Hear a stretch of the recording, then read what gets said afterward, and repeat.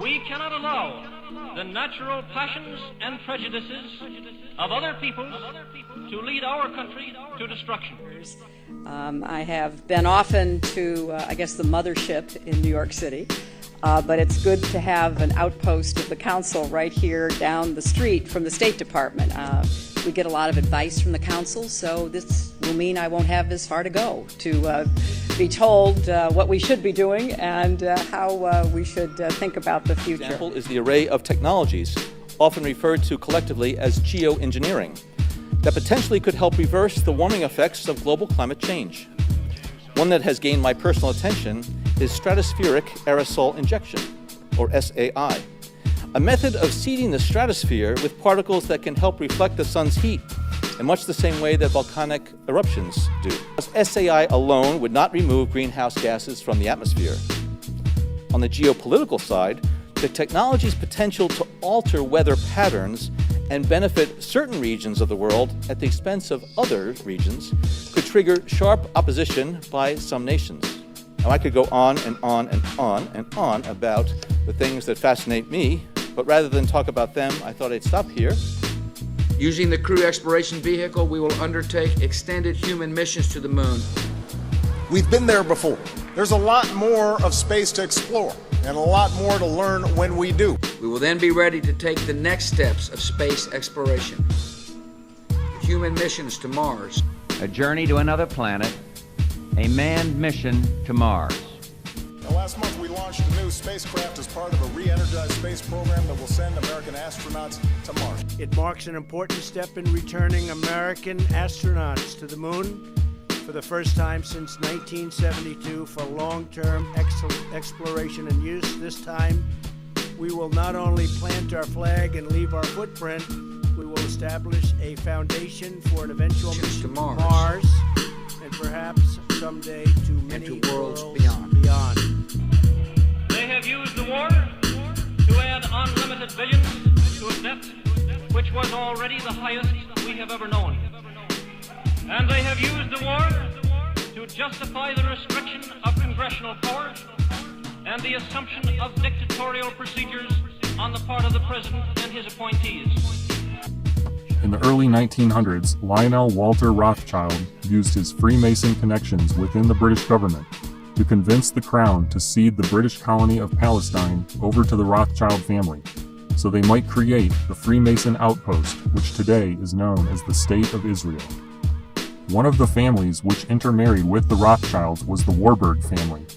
Max Warburg, the Jewish king of Hamburg, self-proclaimed God of the Jews, owner of the bank Warburg, and Grand Orient Freemason, willingly chose to serve on the board of the Nazi Reichsbank under his Freemason boss, Hjalmar Schacht.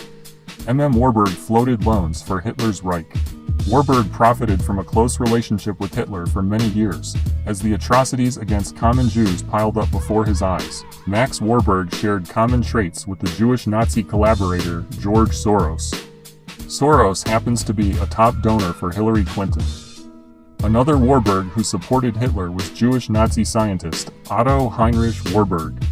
Otto continued to work alongside the likes of Dr. Mengele and the Nazi professor Eugen Fischer at the Kaiser Wilhelm Institute throughout World War II. It is quite obvious that Masons like the Rothschilds and Warburgs used the majority of Jews as pawns, as they sought to create the Freemason outpost of Israel. The Rockefeller family was one of Hitler's biggest supporters, supplying him with tetraethyl lead for his aircraft through the Rockefeller-owned company, Standard Oil of New Jersey. In addition, the Rockefellers funded the Kaiser Wilhelm Institute of Anthropology, Human Heredity, and Eugenics, and provided scholarships to the likes of Dr. Mengele. In a seemingly bizarre twist of fate, the Rothschild Jews chose the Rockefeller Nazis out of billions of people on Earth as their closest allies. There is a high probability that a Freemason connection unites these two evil families. In 2012, Rothschild Capital Partners was invited to purchase a 37% stake in the private Rockefeller Wealth Advisory and Asset Management Group, a Rothschild-Rockefeller Freemason conspiracy. As far as the Clintons go, we know that Bill is a member of Demolay International. Demolay is a branch of Freemasonry based on the Knights Templar.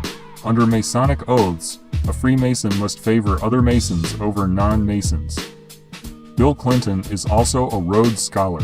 The Rhodes Scholarship was devised by white supremacist and African miner Cecil Rhodes, along with his business partner, Natty Rothschild.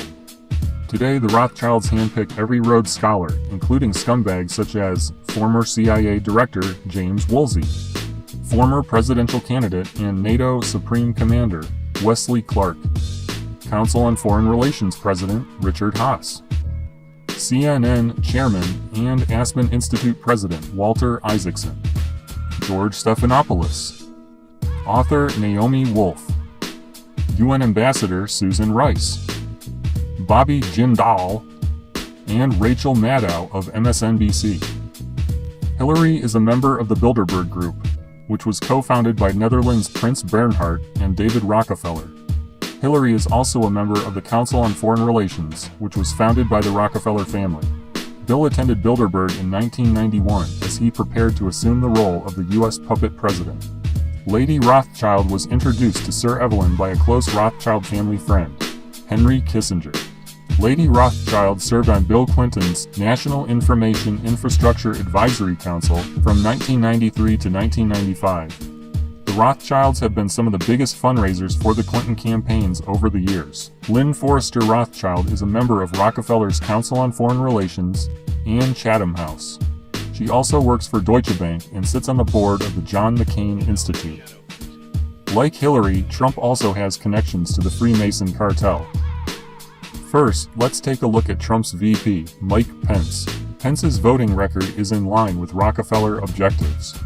Pence was pro-NAFTA, CAFTA, and TPP. David Rockefeller was the man directly responsible for NAFTA and CAFTA through his work with the Council of the Americas. Pence also supports the Patriot Act. Like so many other crooked politicians, Pence was a member of Congress during the 9/11 false flag and did his part to sell the lie concerning Iraqi involvement. He then supported the war in Iraq. 9/11 war criminal Jeb Bush recently voiced his support for Pence, saying, "Pence is a good man. He will add value to the ticket." Next, you have Trump's deputy campaign manager, Michael Glassner. Glassner worked for the New York Port Authority and mysteriously quit right before the 9/11 false flag. Glassner was instrumental in helping Larry Pullet Silverstein obtain the lease on the World Trade Center complex. They planned, first, to prepare the United States for foreign war under the guise of American defense.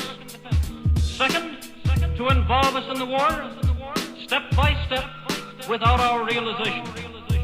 Third, to create a series of incidents which would force us into the actual conflict. These plans were, of course, to be covered and assisted by the full power of their propaganda. Our theaters soon became filled with plays portraying the glory of war.